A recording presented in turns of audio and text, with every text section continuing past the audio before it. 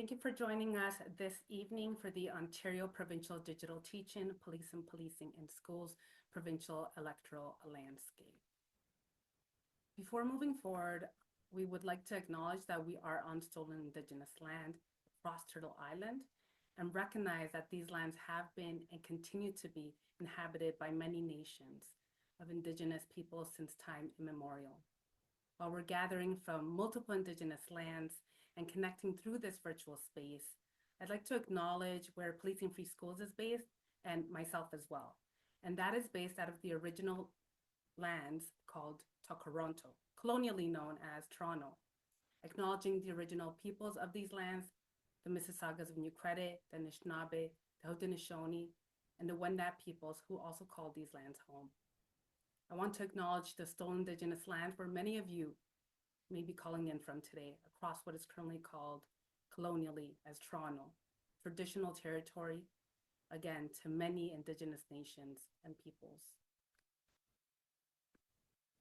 Acknowledging those as well who came here involuntarily, particularly as a result of the transatlantic enslavement trade.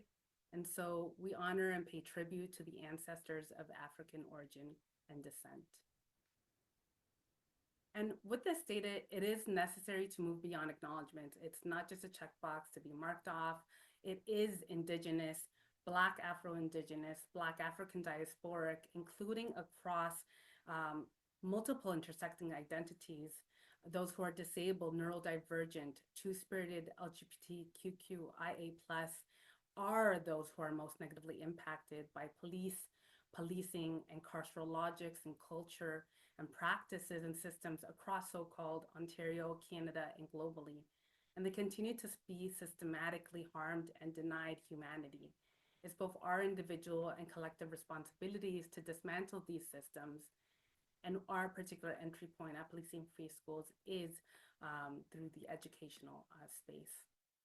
So thank you again for joining us this evening for the Ontario Provincial Digital Teach-In, Policing in Schools, Provincial Electoral Landscape.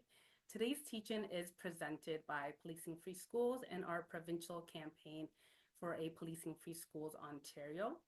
What you will be hearing from today highlights a particular snapshot of time and space, both historical and contemporary. And it's a snapshot as the present electoral political state in relation to police and policing in schools may very well continue to shift after the teach-in and upcoming election.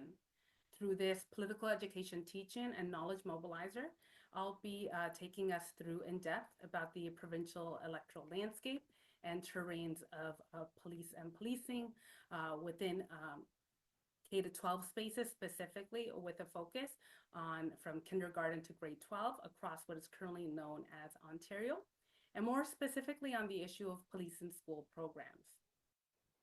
It is extremely important for us to have facilitated this teach-in and for it to have been expedited due to, unfortunately, the snap election that has been called on by Doug Ford, as we really want to ensure folks have the information so that they're able and equipped to make informed votes and have access to the information as to where political parties and members of provincial parliament, MPPs, have been and are positioned on the issue of police and policing in schools prior to advanced polls opening up in a couple of days and election day, E-Day, next week on February the 27th.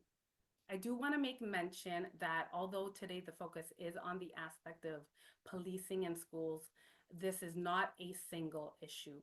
This is situated within the reality of governments for decades, siphoning funds out of our communities and plummeting funds into policing in general. And carceral measures, whether it be criminalizing houseless neighbors, criminalizing those struggling with addiction, expanding the carceral system by way of correctional facilities, and so forth. And we're reminded of this not being a single issue by being grounded in one of Audre Lorde's quote, and that is, there is no such thing as a single issue struggle because we do not live single issue lives. And so, hi folks, my name is Andrea Vásquez Jiménez, gender pronoun she, her, ella. I'm a community organizer, community educator, and a community electoral political organizer. I'm the Director and Principal Consultant of Policing Free Schools. I'm also a national and regional campaign movement builder. And my particular entry point into this work was actually in 2013 after hearing young people at an education forum talking about how they were detrimentally and negatively impacted by police presence in Toronto schools. I was also a lead organizer for the removal of the School Resource Officer Program in 2017 from the Toronto District School Board with a previous organization I was with. And since then, have been able to support other organizers, organizations, and educational spaces in this process. I have a master's of education, and as well for transparency purposes, as the teaching is in regards to the to electoral politics, I was also previously an Ontario New Democratic Party candidate in 2018 in North York, in a riding in North York, and subsequently a federal candidate for the NDP twice as well. So a little bit about Policing Free Schools. Policing Free Schools, we are community-based. We're dedicated to catalyzing systemic changes. Really, it's a paradigm shift, one that is shifting away from punitive measures, carceral measures, and one moving towards the co-creation of transformative, healthy, equitable, life-affirming, liberatory, healing-centered, and policing-free educational spaces. We do a lot of knowledge mobilization through teach-ins and building awareness on these issues. We also push for policy and legislative changes, whether it be at local school board levels or provincially. And at Policing Free Schools, we also offer support to our partners to strategize, organize, analyze, and mobilize on their campaigns. And we also offer support to educators, school boards, and schooling and educational spaces and moving towards ending the practice of police and policing in school programs and moving along that continuum towards real, healthy, thriving educational spaces. We're also a convener and the organizational lead for the National Campaign for a Policing Free Schools Canada. And we also have a provincial campaign for a Policing Free Schools Ontario. And we work on these systemic issues alongside partners, alongside people and organizational partners across so-called Canada, the US, and the United Kingdom. And so roadmap for today, we're going to be jumping briefly into why is policing free schools even important? We're going to then jump quickly into policing free schools and the electoral political realm, where we see ourselves within electoral politics. We'll then dive right into the Ontario provincial electoral landscape of police and policing in schools, and then based on the police and schools issue, who to vote for. So jumping now into providing some overarching context before delving into the provincial electoral landscape of Ontario, when we look at the data and research relating to police in schools, there is little to no evidence that police in school programs prevents or reduces violence in educational spaces. And there is no evidence to support the notion that these programs make educational spaces safer. There is, however, ample evidence of the detrimental negative impacts of police in school programs on students, and again, particularly impacting Black, African diasporic, Indigenous, racialized students who make up the two-spirited LGBTQIA+ community, disabled students, neurodivergent students, students with precarious immigration status, and intersecting identities of students. We know that thriving and healthy communities, including educational spaces, which in and of themselves are safe, have more supports and resources, not more policing.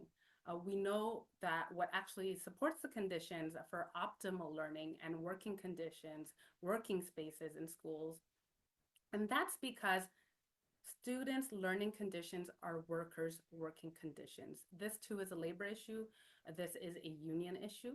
And what research shows is that smaller classroom sizes, ample supports and resources, including but not limited to increase in teachers, education workers, educational assistants, support staff, mental health supports, a range of professional support services personnel.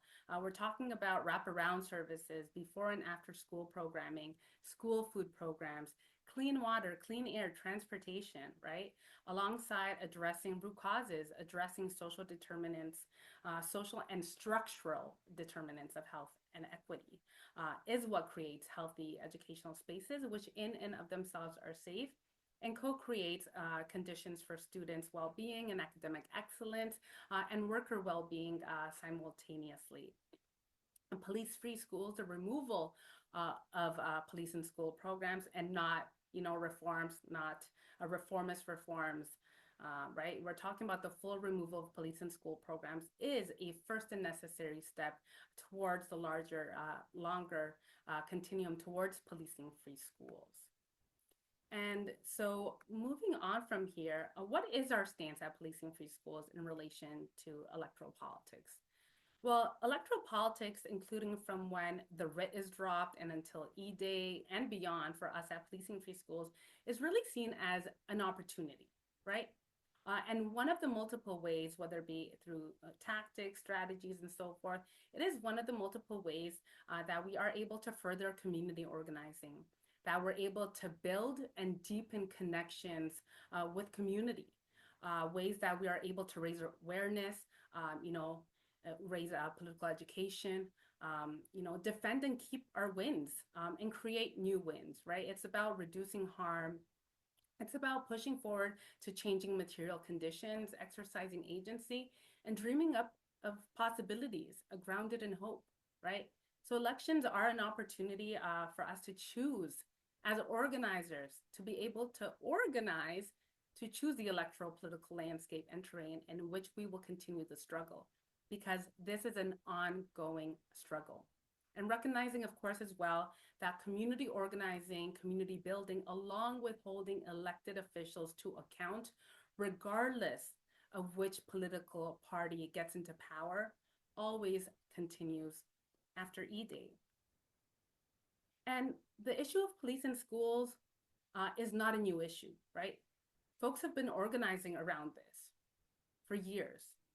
For years, people and organizers have been pushing for the removal of police presence from educational spaces, even prior to the inception of policing free schools. The majority of those wins have been community-led local campaign wins, including many of them led by young people. Also, the majority of wins have been in Ontario. The historical precedent for the removal of a police and school program, the School Resource Officer Program at the Toronto District School Board, was community-led. Folks that were there from the inception were Jane Finch Action Against Poverty, Northern Secondary School students, and even No Cops, which AKA is Newly Organized Coalition Opposing Police in Schools. Years later, there was a community coalition. Along with JFAP was Lion, where I used to organize with, and Education Non-Incarceration, which I was also co-founding member of. There was also coalition partners such as BLM Toronto and other folks that were organizing around this issue, such as Showing Up for Racial Justice Toronto and many others, right? There's been multiple wins across the province.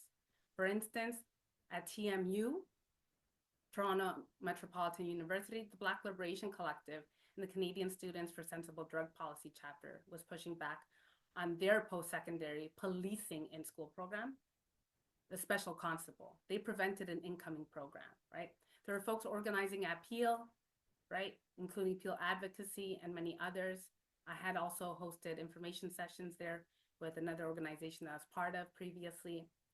Within Hamilton Wentworth District School Board, it was Hamilton Students for Justice, right? That was organizing. At the Ottawa Carleton District School Board, that was also youth-led, the Asilu Collective, right? When we're thinking about Waterloo Region District School Board, that was Students for Inclusive Schools and the Black Brilliance Advisory Committee and others within community, including the African Caribbean Black Network of Waterloo Region, right? Folks at the Upper Grand District School Board was one community led by BLM Guelph, right? We're thinking about Simcoe County Schools. That was also community led, right? By Reimagine Public Safety Barrie, Parents Against Racism Simcoe, and others. And also at the Thames Valley District School Board, it was through organizing alongside trustees, right? So many folks have been organizing And these are the removals of police and school programs across the province that we are aware of. And so now moving on to the Ontario provincial electoral landscape of police and policing in schools. So to put this within a framework, the reality is that the issue of police within schooling and educational spaces is a provincial issue. This is under provincial jurisdiction, and it really just takes political will to amend the provincial model for a local police and school board protocol, right?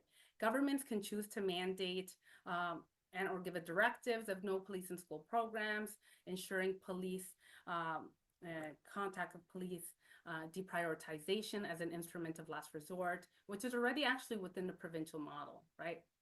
But this isn't actually being exercised. So without amendments, without these mandates, without directive, there's a lack of political will. We also know that policing and carceral measures outside of police presence, including but not limited to seclusion and restraint, exclusions, punitive disciplinary practices, all fall under the provincial jurisdiction as well. And although today's focus is on the K-12 schooling space, in relation to agents of policing within post-secondary, whether they go by the name of peace officers, special constables, among multiple other names, it would need an amending of the Community Safety and Policing Act. So for the next few slides, we'll be going through how both the Liberals and Conservatives, when have formed government, lacked the political will to take action on this issue. Both painted it as solely a local issue. And for those who are aware of the rhyme of Liberal Tory, same old story, it's quite telling and very much rings true for this as well. So let's jump in. So this is in relation to the Liberal win government. So the following day after the historical removal of the police and school program from the Toronto District School Board in November 2017, at a press conference, I personally, when with another organization, had called on the Liberal Minister of Education at that time, MPP Mitzi Hunter, to step in and remove police from all Ontario schools. So why do we actually still have police in schools in Ontario? Well, the Minister of Education, under the Liberals, painted this issue as a local one. And truth is, there was a lack of political will. So instead of addressing the systemic issue and reducing harm, they continued to perpetuate it. We're just gonna show this video of Mitzi Hunter speaking at that time, who was the Minister of Education. Now activists are calling for the province to step in and remove police officers from all Ontario schools. But the Minister of Education isn't on board. School boards have many partnerships with their local police services, and that's something that they manage locally, and they make that decision locally, and I'm going to respect.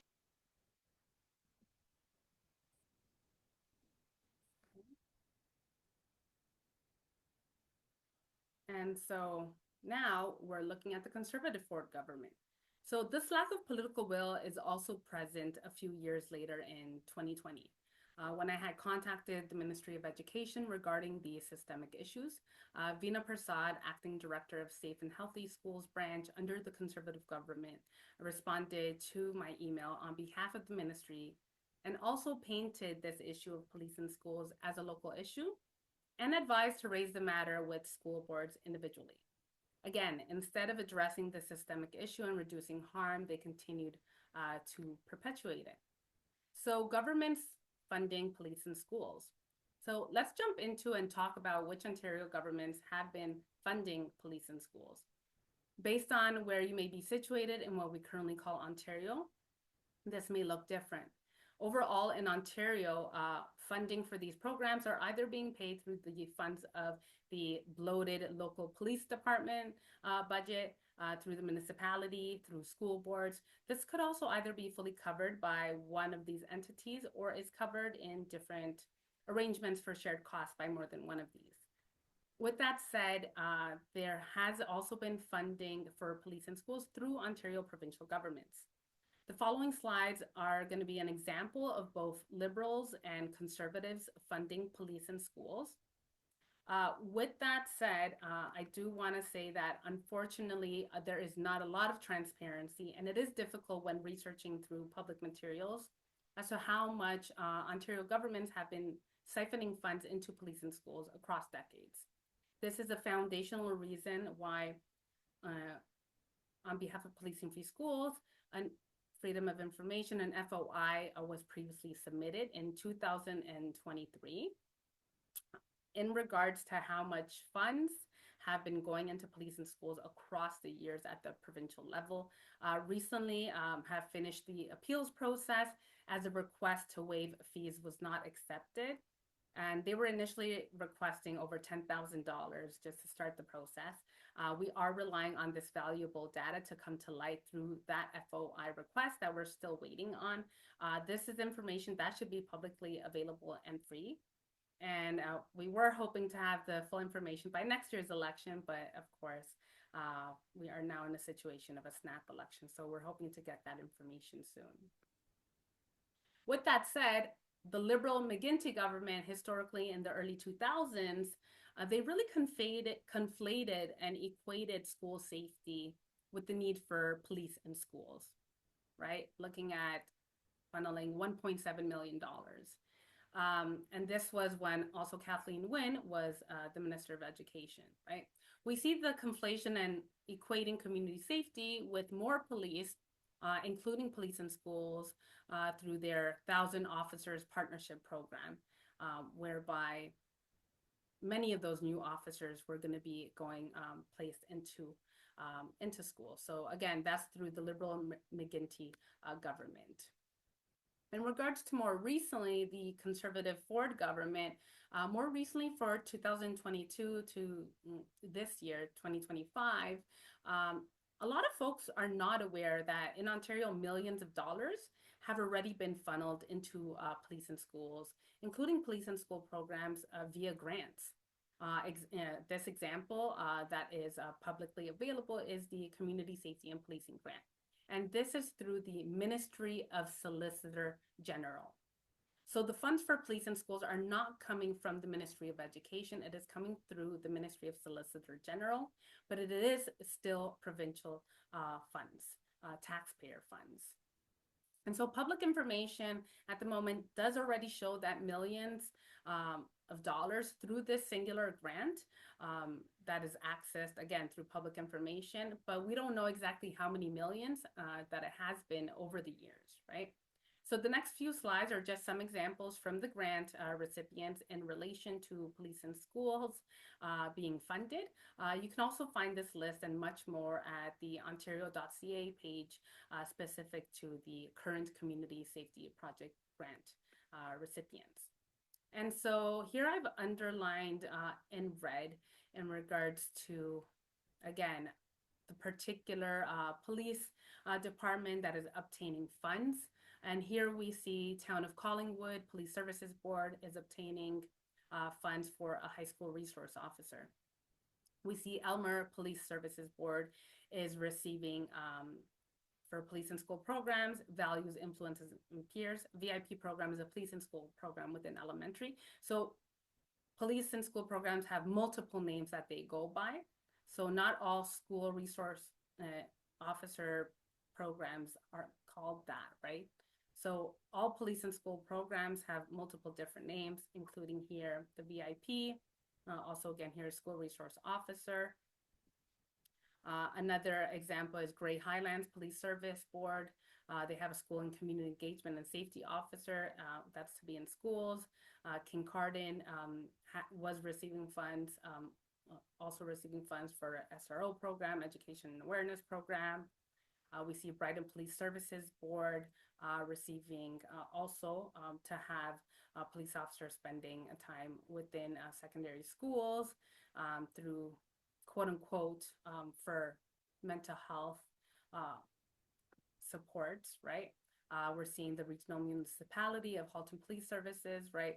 They're receiving funds for school liaison officer as well. We're seeing Dryden Police Services Board to have school programming and community services officer, right? And again, there's multiple different names. We're seeing in Sault Ste. Marie, funds are being utilized to also reintroduce school liaison officer positions, right? We're seeing in Hamilton Police Services Board, you know, even with the removal of their original police in school program, they are now receiving funds for having police back into schools and conflated as if they are youth workers, right? We're seeing in OPP, Natawasaga, again, police going into school for quote unquote educational purposes. And so again, these are just some examples. And so in regards to when we're talking about this issue, who exactly has political will? At the moment, it is the Ontario New Democratic Party and the Green Party. So when we're talking about advancing police-free schools, moving towards policing-free schools, in 2020, I had coordinated a meeting with Heather Douglas, where the former leader of the Ontario New Democratic Party, Andrea Horvath, alongside former NDP Black Caucus member Laura May Lindo attended. And I connected them with organizers across the province, speaking to this being a systemic issue, right? Falling under provincial jurisdiction, and that this is a provincial issue needing a systems response. After that meeting, the Ontario New Democratic Party named getting police out of schools as part of their party's policy paper titled End Police Violence, Invest in Black, Indigenous, and Racialized People's Lives. And it is on page 5 and 6 in case if folks would like to Google that and look further into that as well. And in 2020 as well, I coordinated with Candice LePage, Director of Green Party Leader's Office, a meeting that Green Party leader Ahmed Schreiner was present, and I connected them again to organizers across the province, you know, re-mentioning that this issue is a provincial issue and needs a systemic systems response. It falls under provincial jurisdiction and so forth, right? And so after this meeting, the Green Party had actually named getting police out of schools as part of their 2022 election party platform. And so we also have an Ontario New Democratic Party, an MPP who actually had tabled 2 petitions that Policing Free Schools had submitted. So last year in 2024, in June, before the legislature abruptly closed for the summer, Member of Provincial Parliament Jill Andrew tabled 2 of our Policing Free Schools petitions at the legislature.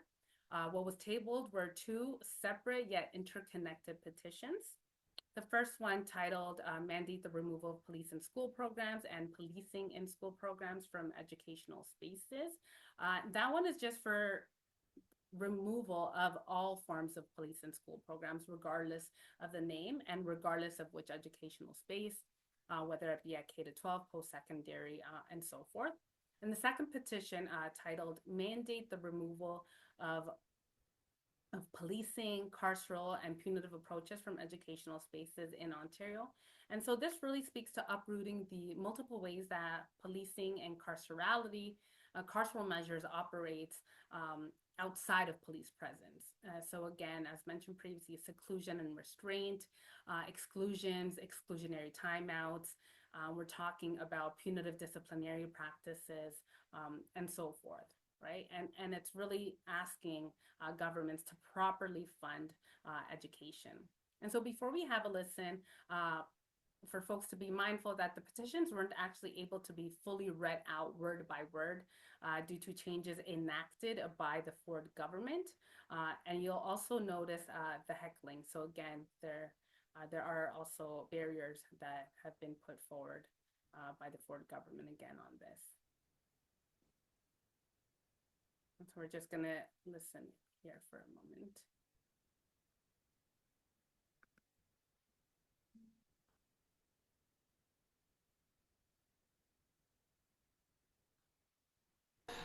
We cannot police ourselves out of violence, and that also includes in our school spaces. So I'm honoured to stand here and present this petition. It's a petition calling for the removal of police in schools programs across Ontario. The petition has been signed by approximately 15 ridings in this legislature. And it's calling for us to address the root causes of violence and to address the mental health crisis in our schools and the teacher and education worker shortage in our schools, as opposed to militarizing our schools, which, as we know, disproportionately impacts BIPOC students in our Ontario schools. We cannot police ourselves out of violence, and that includes our schools. So I'm going to affix my signature on this petition that's calling for us to make more investments in teachers, education workers, and mental health supports for our kids instead of militarizing our schools. They're calling for a removal of police in school programs across Ontario. I absolutely support this petition. I'm affixing my signature, and I will hand it over to Farhan for tabling. Thank you, Farhan. Thank you very much.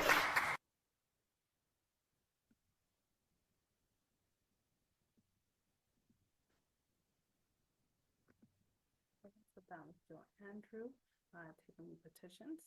And so 6 months later, on December 3rd, motion 145 was put forward by PC member of Provincial Parliament, Jess Dixon. And motion 145 was called on the Ministry of Education to encourage and support police in schools. So Policing Free Schools and the Provincial Campaign, we're aware that it is important to push back, even though this is a private member's public motion. It's not a bill, so it's not going to be, pushing for legislative changes. It's more so a motion of principle. And although it is more of an opinion of the House, it has been and continues to be important to still push back due to multiple reasons.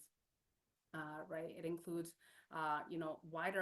widespread implications of the motion across local spaces in Ontario, the entirety of the province, nationally and beyond. It is very much a pathway towards possibly mandating police and school programs across the province. This is very much a realistic fear, as we have been seeing this trend in multiple other spaces. This can also possibly be used as a justification for the Minister of Education, future Minister of Education, if they were to get back into power, give a directive and or mandate police in schools, including police and school programs across the province, and or creation of a bill for legislative changes to have police and school programs reinstated province-wide, or simply to mandate across the province.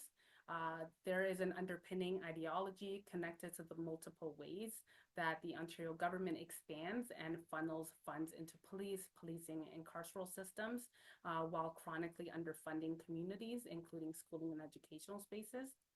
And misinformation and disinformation being spread by PC MPPs, right?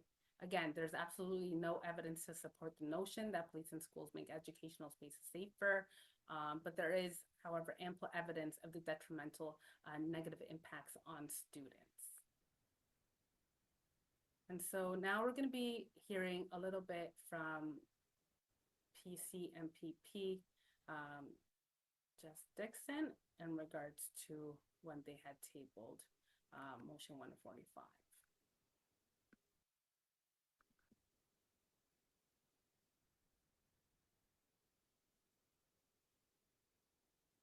Motion number 145, Ms. Dixon. I recognize the member for Kitchener South Espelette to move second reading of the motion. Thank you. I move that in the opinion of this House, the Ministry of Education should encourage and support all publicly funded school boards to work in partnership with police services by maintaining community school liaison officer programs to support relevant programming, building positive relationships between students, officers, and educators, and ensuring schools remain safe and healthy learning environments. Thank you. Ms. Dixon has moved private member's notice of motion number 145 and pursuant to Standing Order 100. The member has 12 minutes for a presentation. Go back to the member for a presentation. Thank you, Speaker. 4 years ago, I watched in frustration and dismay as the Waterloo Region School Board removed its School Resource Officer, or commonly referred to as SRO program. While perhaps well-intended, the decision was made by a small group of trustees largely influenced by the voices of a minority of community members who called for the program's removal. The process ignored broader democratic principles by failing to consult the student body at large, the police service, or other key stakeholders. This decision overlooked the opportunity to address deeper challenges tied to trust, equity, and community safety. This motion is, of course, non-binding, and the SRO program is by no means a cure-all, but it is a step towards a future where every student in Ontario feels supported and protected, and where our schools can serve as places of safety and opportunity.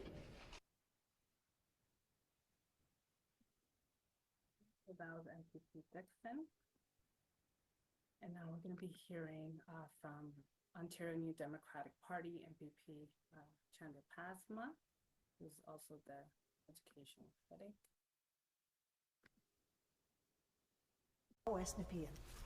Thank you, Speaker.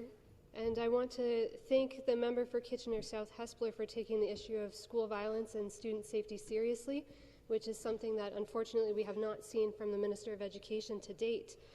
But this motion is the wrong approach to addressing the very serious issue of school violence. By failing to support our children in school every day, the government is setting them up to fail, and it is not fair then to turn around and punish our children for failing.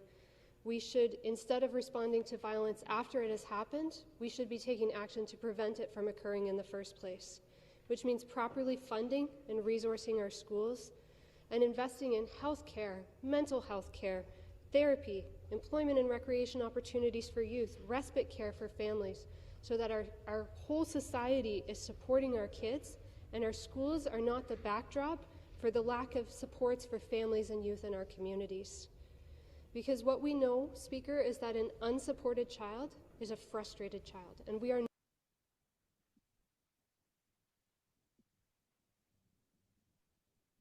So that's a little bit from MPP Pasma.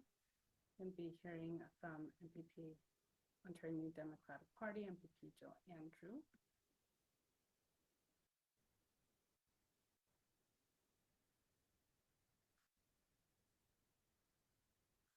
Member for Toronto St. Paul. Thank you. As a child and youth worker, teacher, and equity advisor, I want to thank every adult in our schools who continue to give their level best to uplift our students and to work towards their social, emotional, and academic success despite chronic underfunding of education and understaffing by this Conservative government. The government member has tabled a motion that in effect calls for the return of armed police officers into all of our Ontario public schools. I cannot support this problematic motion as there is no evidence indicating that the presence of police in schools ends violence. But what evidence has shown is that police in schools can and has led to racial profiling, over-policing of predominantly black students. Militarizing our students is not the answer to ending violence. And militarizing our schools as well is not the answer. Guns do not end violence. We need to be prioritizing violence prevention before the violence occurs. In June of That's a little snippet also by Joe Andrew when speaking to opposing the motion. There were two other PC MPPs that had spoken for the motion, including David Smith, MPP David Smith, who was actually formerly Toronto District School Board trustee and who had actually voted for the removal of the SRO program in 2017. So there was also definitely a lot of spread of misinformation when the other PC MPPs were speaking. Now, with that stated, in relation to motion 145, the recorded vote took place on the 4th of December. The motion, of course, passed due to PC having a majority government and the vote had carried. There was, thankfully, a recorded vote. So those whose full party opposed the motion is Ontario New Democratic Party and the Ontario Green Party. The only independent that voted and took a stance opposing the motion was independent Sarah Jama. Those who were divided on a vote was the Ontario Liberal Party. And this also is not by mistake, right? In regards to folks, the organizing, the meeting with Liberal MPPs, pushing them back on this issue. Of course, a few years ago, we would not have seen them divided on a vote. However, that has pushed some of them to oppose. With that mentioned, voting in favor, of course, was the Ontario Conservative Party, the PCs. And so you can see here the individual names of who voted. And so we'll see this full clip of the recorded vote.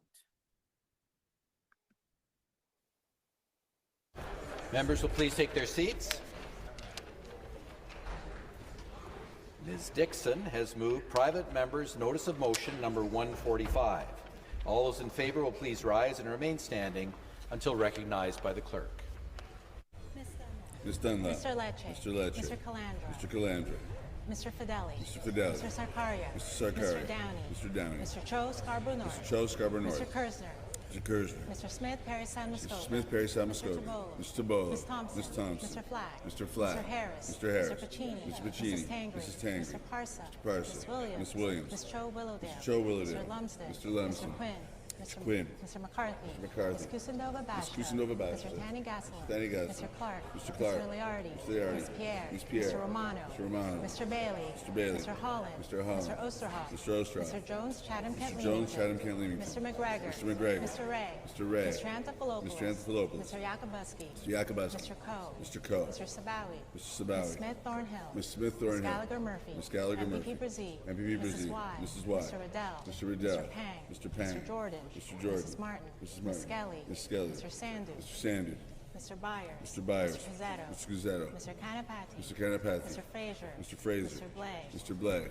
Mr. Babikin. Mr. Babikin. Mr. Smith Scarborough Center. Mr. Smith Scarborough Mr. Center. Pinsino. Mr. Pinsino. Mr. Alsop. Mr. Alsop. All those opposed, please rise and remain standing until recognized. MPP Tabbins. MPP Tabbins. Mr. Vantoff. Mr. Vantoff. MPP Stiles. MPP Stiles. Ms. Vega. Ms. Vega. Mr. Schreiner. Mr. Schreiner. Ms. Jamma. Ms. Jamma. Ms. Clancy. Ms. Clancy. Madame Collard. Madame Collard. MPP French. MPP French. Deputy Gelina. MPP Jelena. Ms. Taylor. Ms. Taylor. MPP Shaw. MPP Shaw. MPP Harden. MPP Harden. MPP Stevens. MPP Stevens. MPP Gates. MPP Gates. MPP Gretzky. MPP Gretzky. MPP Andrews. MPP Andrews. Ms. Carpoche. Ms. Carpoche. MPP Bell. MPP Bell. Ms. McMahon. Ms. McMahon. MPP Hazel. MPP Hazel. Mr. Shu. Mr. Shu. MPP Bourgeois. MPP Bourgeois. Monsieur Bourgoin. Monsieur Bourgoin. MPP Glover. MPP Glover. MPP Wong-Tam. MPP Wong-Tam. MPP Pasman. MPP Pasman. So it's now just going to be quiet and they're just tallying up the votes.